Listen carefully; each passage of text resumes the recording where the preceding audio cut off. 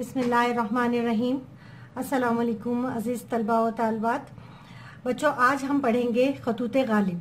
खतूत गालिब दरअसल गालिब के लिखे हुए वो खतूत हैं जो उन्होंने अपने दोस्तों को वक्तन फ़वक्तन लिखे थे। सबसे पहले तो हम गालिब का तारुफ पढ़ लेंगे कि मिर्ज़ा गालिब कौन थे। मिर्ज़ा गालिब 1796 में आगरा में पैदा हुए। असल नाम इनका असदुल्ला था और शुरू में तखल्लुस उन्होंने असदुल्ला ही रखा, लेकिन बाद में गालिब उन्होंने अपना तखल्लुस रख लिया था। इनके वालिद जो थे वो मिर्ज़ा अब्दुल्ला बेग पहले अवध के नवाब आसिफुद्दौला और नवाब निज़ाम अली खान के दरबार से मुंसलिक रहे। इसके बाद वो राजा बख्तावर सिंह के फौजी मुलाजमत से वाबस्ता हो गए। इनका शुमार जो है वो उर्दू के दर्जा अव्वल के शायरों में किया जाता है। इनका शुमार जो है उर्दू के दर्जा अव्वल के शायरों में किया जाता है। उर्दू नसर में इन्हें एक बुलंद मकाम हासिल है। गालिब से पहले मरासलात, यानी मरासला किसको कहते हैं, खतो किताबत को, जो है वो खतो किताबत एक आम जबान में नहीं होती थी, लेकिन जब गालिब ने खतो किताबत शुरू की तो उन्होंने फारसी और उर्दू ज़बान को आम ज़बान के तौर पर इस्तेमाल किया। लेकिन गालिब ने अपने मरासलात के लिए जो तर्ज तहरीर इख्तियार किया वो एक तो सादा, सहल और ऐसे अंदाज में करते थे कि वो मकालमे की अंदाज में आपस में ऐसे लगता था जैसे कोई आपस में दो लोग बातचीत कर रहे हों।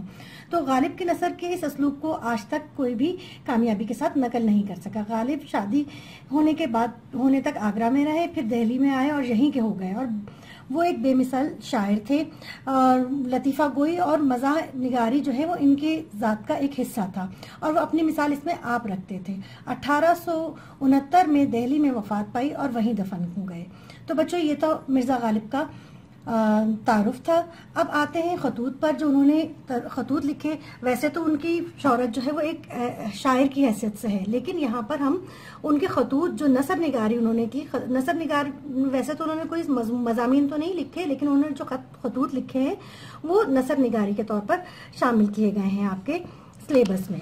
तो इस सिलेबस में जो सबसे पहला आपके पास सबसे पहला जो खत है वो बनामे मुंशी गौहर हरगोपाल तफ्ता के नाम पर है। और वो हरगोपाल तफ्ता साहब जो हैं वो उनके दोस्त भी हैं और उनके शागिर्द भी हैं।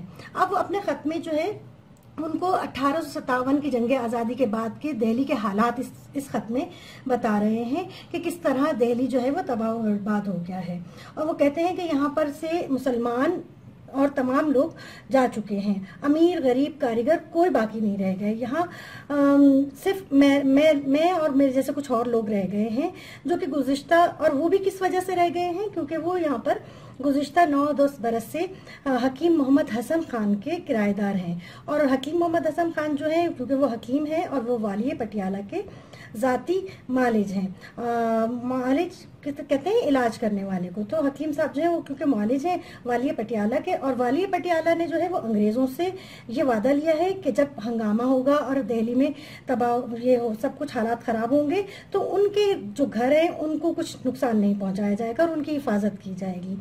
यहाँ के हालात लिखते हुए वो कहते हैं कि मैं डर रहा हूँ क्योंकि यहाँ पर जो शाही किले से वाबस्ता लोग थे उनके साथ बहुत सख्ती का सलूक किया जा रहा है। क्योंकि मैं भी जो है आखिरी मुगल बादशाह जो बहादुर शाह जफर है उनका उस्ताद भी था और तारीख़ शाही लिखने पर मामूर भी था। इसलिए मैं डरता हूँ कि कहीं वो सख्त हालात मेरे साथ भी पेश ना आ जाएं।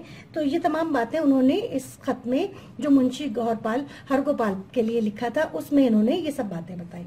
अच्छा बच्चों, अब इसमें जो दूसरा खत है वो है बनामे यूसुफ मिर्ज़ा। ठीक है, अब यूसुफ मिर्ज़ा के लिए वो जो खत लिख रहे हैं वो किस वजह से लिख रहे हैं, वो उनको उनके वालिद की ताज़ियत पर लिख रहे हैं।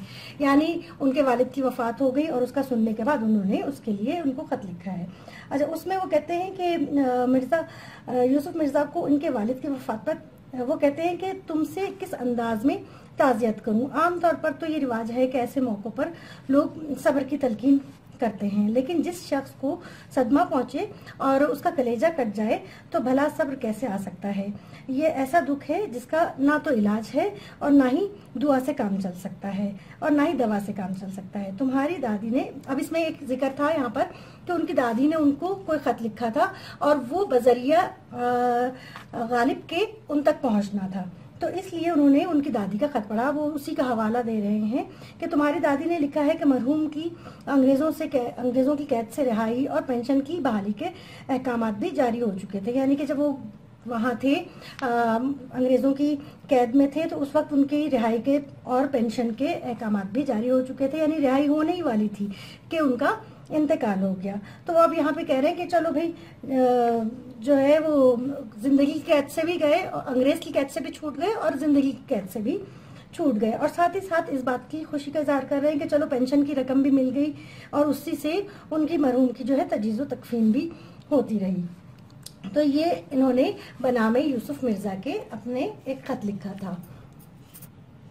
अच्छा, अब जो तीसरा उन्होंने खत लिखा है वो बनामे मिर्जा अलाउद्दीन अहमद खान अलाई के नाम पर है, लेकिन ये बच्चों हम अगले लेक्चर में मुकम्मल करेंगे। साथ ही साथ हम इसकी मश्की सवालात के बारे में भी आपको बताएंगे। अब आपने करना ये है कि इसका खुलासा मैंने आपको बता दिया है दोनों खतूत के बारे में। अब आपने इसकी जो मश्क में काम दिया गया, थोड़ा बहुत उससे रिलेटेड काम आपने कर लेना है, बाकी इंशाल्लाह हम जो है कल करेंगे।